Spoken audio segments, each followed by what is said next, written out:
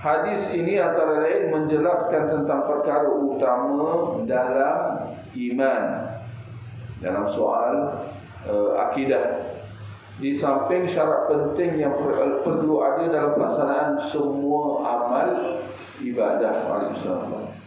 Syarat penting yang perlu ada dalam pelaksanaan semua amal ibadah. Apa dia? Perlu ada niat. Jadi hadis ini menjelaskan tentang perkara yang begitu besar dalam bab akidah dan juga ibadah, ya. Sehingga kata Imam Syafi'i, hadis ini melangkaui 70 bab fiqh. Katanya lagi, hadis ini adalah sepertiga ilmu. Ini siapa yang menguasai bab niat ni, maka dia telah menguasai satu bahagian cabang besar dalam agama. Beliau dan lain turut menegaskan bahawa hadis ini merupakan salah satu hadis utama dalam Islam. Jadi dalam hadis-hadis Nabi ada banyak, tapi nak kata hadis ini adalah antara hadis yang utama. Apa dia? Sesungguhnya amalan-amalan itu dengan niat.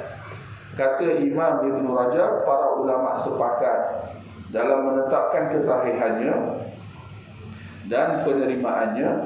Manakala Al-Bukhari memulakan kitab sahihnya dengan hadis ini, seolah-olah mengatakan, yani kenapa Imam Bukhari mulakan kitab hadis ini dengan hadis setiap amalan bergantung pada niat, seolah-olah mengatakan bahawa mana-mana amalan yang dilakukan bukan kerana Allah, maka ia adalah batil dan tiada kebaikannya sama sekali di dunia maupun akhirat. Nak kata Imam Bukhari dimulakan kitab sahih dengan hadis ni sebagai peringatan buat diri dia dan orang lain, ya. Dalam apa juga amalan yang kita nak buat, kita kena tanya diri kita, kenapa kita nak buat, kenapa kita buat perkara ini, ya.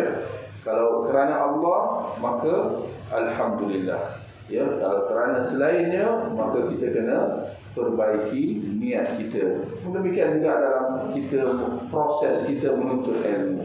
Kenapa kita menuntut ilmu? Adakah kerana Allah, untuk mendekatkan diri kita kepada Allah, untuk kita baiki hubungan kita dengan Allah?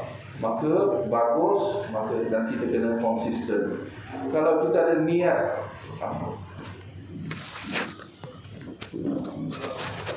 kalau kita ada niat yang lain, ya, kita belajar, kita menuntut agama ni, niat untuk nak menunjuk-nunjuk, untuk kita nak berdebat, ya, untuk kita nak dikenali sebagai seorang yang hebat, orang yang ilmuwan, maka ini semua, ya, adalah niat-niat yang tidak sepatutnya, dan kita kena ubah dan perbaiki niat kita tersebut, ya.